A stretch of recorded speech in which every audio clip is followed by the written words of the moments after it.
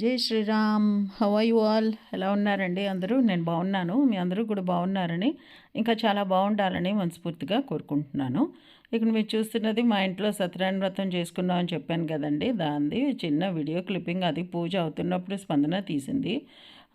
మేమైతే మొత్తం ఏర్పాట్లోనే బిజీ అయిపోయాం, అసలు వీడియో అన్నదే తీయలేదన్నమాట. సో రాముల వారిని మధ్య కొనుక్కున్నాను కదా విగ్రహాలు, అవి కూడా పెట్టుకున్నాను. చాలా బాగుంది కదా. So coming to today's video. చాలా రోజుల తర్వాత అండి ఈరోజు ఈ పాలపూరి తినాలని అనిపించింది. అండ్ దానికి కారణం కూడా ఉంది. నేను మా ఉజ్వలే ఉన్నాం ఇవాళ లంచ్కి. మా వారు పని మీద బయటికి వెళ్ళారనమాట. 3 లంచ్కి రాను అని చెప్పారు. సో దీనికి మనం ముందు కొన్ని జీడిపప్పులు, కొన్ని బాదం పప్పులు, కొన్ని ఇలాచీ వేశాను. ఇలాచీ అంటే అదే యాలక్కాయలు బదులు సోంఫ్ వేసుకుంటే ఇంకా చాలా చాలా బాగుంటుందండి. ఆ సమయానికి నా దగ్గర సోంఫ్ కొంచెం పాతదైపోయింది, అంత మంచిగా ఫ్లేవర్ రావట్లేదని తీసేసాను అనమాట. ఏవో 4 పిస్తాలు అవుతున్నాయి అక్కడ కనబడ్డాయని వేశాను. పిస్తా అయితే అవసరమే లేదు. సో అవన్నీ ఏమో అలా ఫైన్గా పౌడర్ చేసి పెట్టుకోవాలి. ఏం వేయించక్కర్లేదు, ఏం చేయక్కర్లేదు.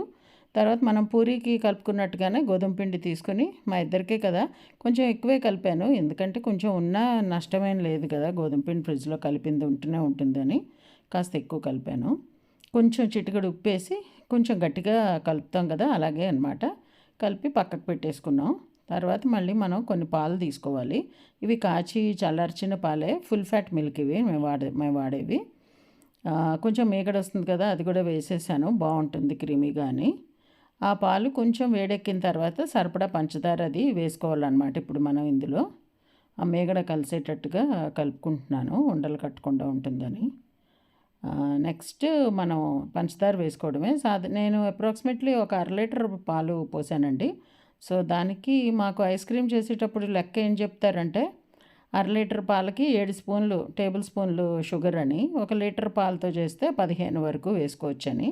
సో నేను సాధారణంగా ఆ లెక్కే ఫాలో అవుతూ ఉంటాను. ఏ స్వీట్లు 1/2 లీటర్ పాలతో చేసినా కరెక్ట్గా సరిపోయింది కూడా స్వీట్.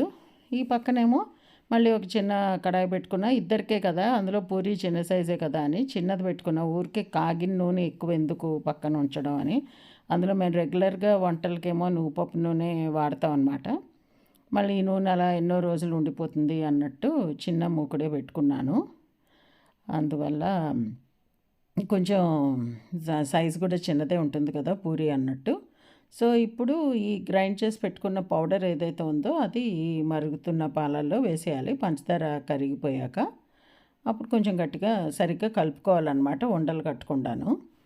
ఆ తర్వాత మనం పూరి ఒత్తుకోవాలి. పూరికి పిండితోటే ఒత్తుతున్నానండి. కొంతమంది ఒక చుక్క నూనెలో ముంచి అలా ఒత్తుతారు, బట్ నాకు పిండితో ఒత్తడమే అలవాటు. అండ్ దీనికి ఏంటంటే పూరి మనకి పొంగక్కర్లేదు. మనం సామాన్యంగా పూరీలు చేసుకుంటే మంచిగా పొంగాలనుకుంటాం కదా, దీనికి పొంగాల్సిన అవసరం లేదు. అందుకని ఇలా ఫోర్క్ తోటి చిన్న హోల్స్ లాగా అక్కడక్కడ పెడుతున్నాను అనమాట. ఇలా చేయడం వలన పూరి పొంగకుండా వస్తుంది. మనకి కొంచెం గట్టి పూరియే కావాలి. సాధారణంగా పూర్వం అంటే మైదా పిండితోటి కూడా చేసుకునేవారు ఎక్కువ. మా మదర్ మైదా పిండితోటి చేసేవారు. ఇప్పుడు మైదా వద్దు వద్దు అంటున్నారు కదా అని ఇంకా మేము రెగ్యులర్గా ఈ మధ్య మేము గోధుమ పిండితోటే చేసుకుంటున్నాం ఇది. మైదా పూరి ఏంటంటే గట్టి పూరీలు ఉండిపోతే డబ్బాలో వేసి కూడా ఉంచేవారు. చిన్నప్పుడు మేము స్కూల్ నుంచి వచ్చి దాని మీద పంచదార జల్లుకొని కూడా కొరుకు తినేవాళ్ళము, అలా డ్రైగాను.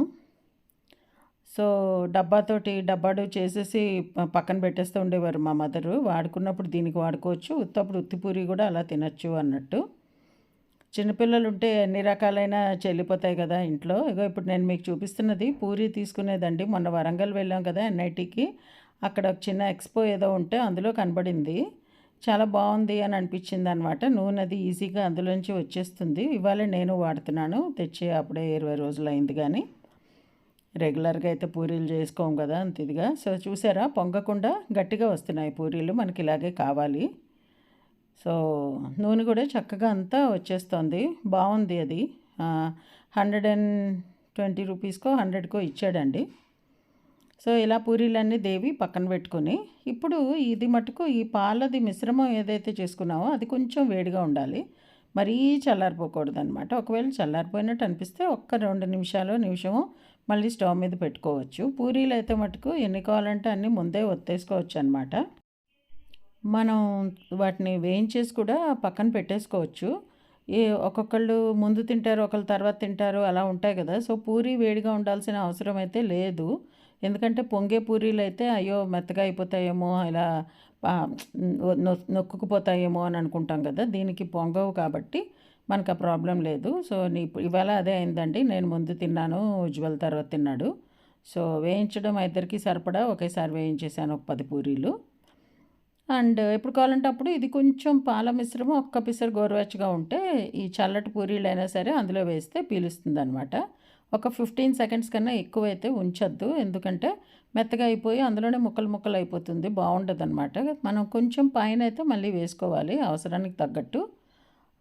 ఈ పూరీలోంచి కూడా కొంచెం కారుతుంది కిందకి, అందుకని ఊరికే ఎక్కువ ఎందుకు వేసుకోవడం అని నేను సరిపడా వేసుకున్నాను.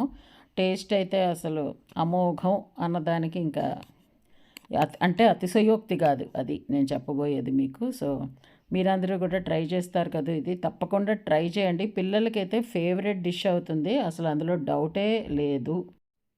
సో ఇదండి ఈరోజు మా వీడియో. మీకు నచ్చింది అనుకుంటా. నచ్చితే మీ ఫ్రెండ్స్కి, ఫ్యామిలీకి షేర్ చేయండి, లైక్ చేయండి, మీరు కామెంట్ చేయండి, హైప్ చేయండి, సబ్స్క్రైబ్ చేయడం అస్సలు మర్చిపోకండి. Signing off for today folks. జై హింద్.